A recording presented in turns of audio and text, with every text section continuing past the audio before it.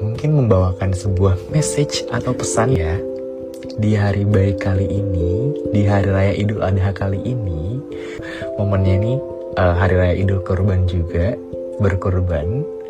Jadi mungkin buat kalian-kalian yang lagi ngerasain sesek banget, ngerasain kayak kok gue susah banget ya untuk melangkah ke tahap berikutnya, padahal gue udah berancang-ancang dan melakukan persiapan, tapi berat banget langkahnya buat ninggalin hal-hal atau halaman-halaman sebelumnya.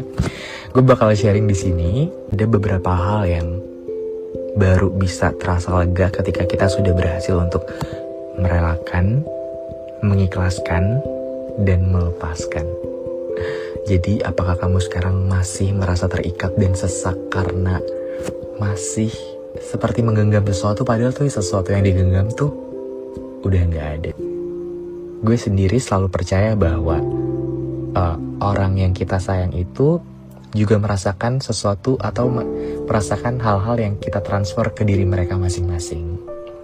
Dan terkadang ada beberapa orang juga yang salah mengartikan. Nah, contohnya adalah kayak gini.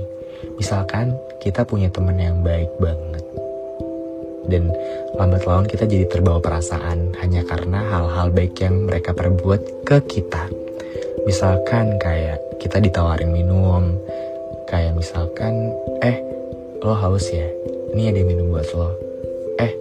Lo lapar ya, tadi gue kebetulan beli 2 makanan, jadi kita bisa makan bareng-bareng, satunya buat lo nih. Atau mungkin sekedar nanya, hari ini gimana? Lo udah baikan belum? Atau mungkin sekedar kayak, lo kelihatan capek, lo butuh istirahat ya, udah istirahat dulu, ini bisa gue kerjain kok.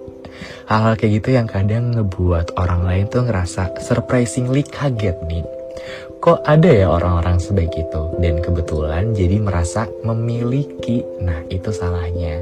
Dan kemudian dari rasa memiliki itu orang jadi merasa terikat, dan ketika orang itu mungkin kayak memperlakukan kita nggak sebaik itu, jadi sadar kayak kok lu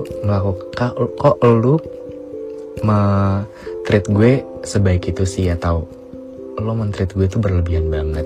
Emang lo gak takut apa kalau gue bawa perasaan? Kita jadi cenderung menyalahkan orang-orang tersebut, padahal sebenarnya ya gak ada yang salah dalam perbuatan baik. Kayak berbuat baik itu universal banget, ya gak sih teman-teman? Dan dari situ kita jadi belajar bahwa ya udah gitu, untuk bilang terima kasih, untuk bisa biasa aja. Karena ketika ada orang-orang yang menyalahkan dari perbuatan baik tersebut, orang-orang jadi takut dong untuk berbuat baik, karena takut dikira salah sangka lah, takut salah makna lah, takut salah pemahaman dan salah konteks lah, iya nggak?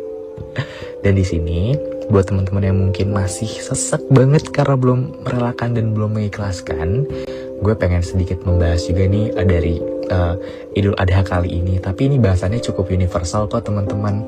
Kalau kita kenal, Idul Adha ini adalah juga sebagai Idul Kurban, yang mana umat-umat muslim tuh disarankan untuk bisa berkurban. Nah, berkurban ini kan ada banyak, bisa sapi, kambing, ataupun domba. Dan di sini kita tuh sama aja kayak disuruh untuk melepaskan atau merelakan. Jadi kalau misalkan ibaratnya Nabi Ibrahim itu dipertugaskan sama Allah untuk bisa menyembelih Nabi Ismail, dan kemudian tuh perwujudannya menjadi sebuah domba, kayak diperkenankan untuk belajar tentang keikhlasan, makna ikhlas itu sendiri. Nah, di sini sebenarnya kita tuh juga disuruh untuk hal tersebut gitu loh. Kita tuh punya suatu hal yang sangat berharga atau hal yang kita sayang banget deh. Ibaratnya diri kita sendiri tuh adalah Nabi Ibrahim, dan kita punya Nabi Ismail, yaitu yang diwujudkan dari hal-hal yang kita sayang banget. Dan hal-hal yang kita sayang banget itu bisa tentang seseorang, pekerjaan yang kita sayang, atau kepemilikan sesuatu. Pokoknya apapun yang kita sayangin banget, apapun yang kita pegang banget, sesederhana ego kita sendiri, itu harus diluruhkan dulu, harus dilepaskan dulu, harus dikorbankan dulu nih, biar kita bisa lega. Tujuannya buat apa? Nggak cuma biar kita lega, atau nggak cuma biar kita sadar aja, cuman buat kita inget nih bahwa semua pun akan kembali kepadanya, karena semua itu adalah miliknya. Ya nggak teman-teman? agak sedikit religius banget ya, cuman emang ini tuh hari yang spesial banget buat aku. Jadi di sini aku cuman pengen mengucap syukur dan pengen bawa message itu ke teman-teman pendengar aku sih di sini. Jadi kalau misalkan masih sering banget kepikiran, masih sering banget galau, masih sering banget kayak kok dia apa kabar ya, dan masih sering banget nih kayak gue udah lama nggak jalan sama dia, cuman kok buat melangkah ke tahap selanjutnya gue masih berat banget ya.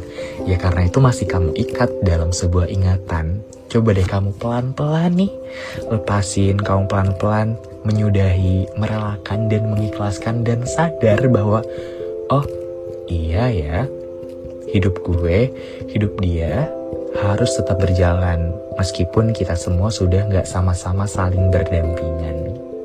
Kita nerima dulu deh, kita harus sadar bahwa ada closure-nya kayak gitu. Apalagi tentang persahabatan atau pertemanan.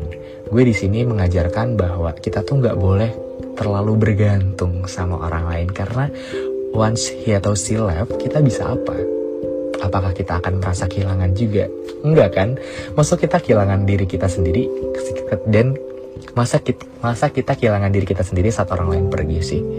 Kan gak gitu konteksnya. Jadi baik sama orang lain itu boleh banget, tapi terlalu baik juga jangan. Pokoknya secukupnya ya.